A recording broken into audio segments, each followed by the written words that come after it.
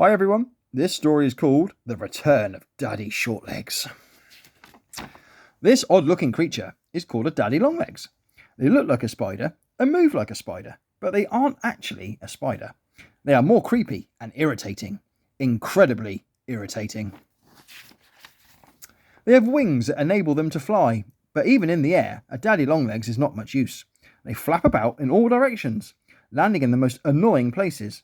Take yesterday, for example. Mrs. Hindle was sitting at her kitchen table, having a smoke and enjoying a nice cup of tea.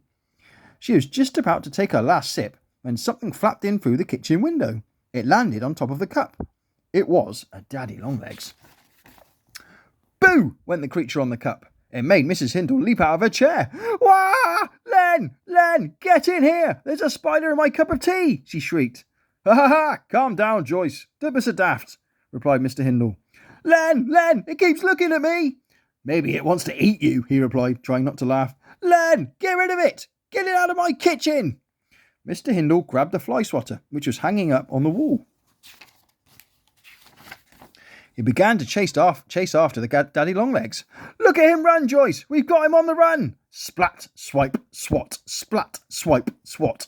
Then, at last, got him, shouted Mr. Hindle, and he picked up the splatted figure of the daddy longlegs and flushed him down the loo. He was gone, never to frighten Mrs. Hindle again. Well, that's what she thought. A few days later, crawling up from underneath a drain cover, a certain gangly-legged creature appeared.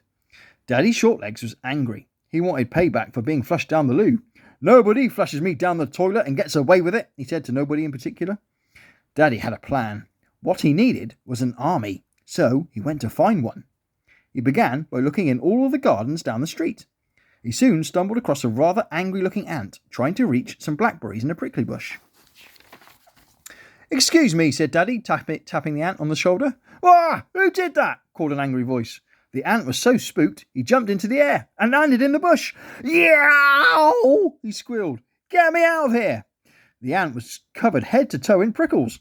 Daddy helped him out of the bush and got a prickle in his hand for his troubles too. Yow! He squealed. Despite the prickles, both Daddy and the ant managed to reach some blackberries. Delicious! And that took their mind off the pain. After removing the prickles, Daddy asked the ant if he would like to form an army with him. There's a house down the street with lots of food, but it is guarded by 2 humans, and I'm going to take over their garden and keep it for myself, he said. However, I am willing to share the food if you will help me get my revenge on the humans. They flushed me down the loo. The big red ant laughed. Ha ha! It's not funny, sniffed Daddy. Sure, I'll help you. The name is Itch, said the ant. Nice to meet you, gangly legs. We're going to need more backup, he said. Then Itch had an idea. I've got it, he said. He knew a place full of insects. Behind Queen's Road, the street on which Mr. and Mrs. Hindle lived on, was an absolutely enormous field. What are we doing here? Asked Daddy. You want an army? Said Itch. Well, I'm getting us some new recruits. Itch let out a loud whistle.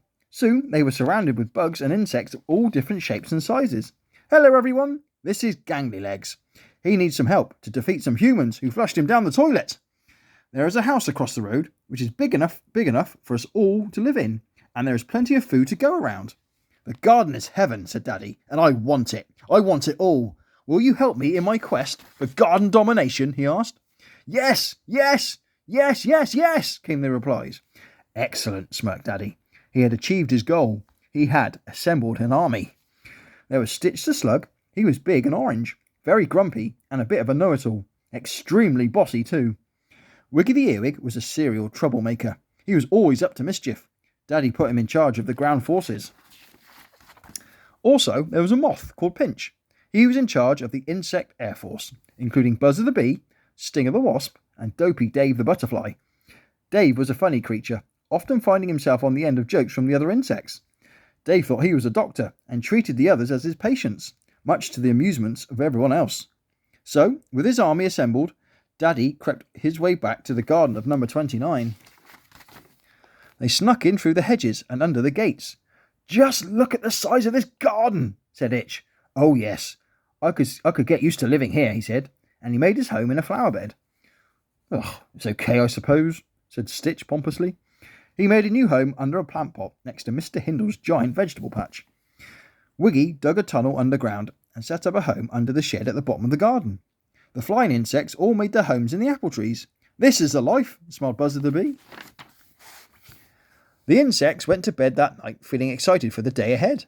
The next day, Daddy woke up in a very, very mischievous mood.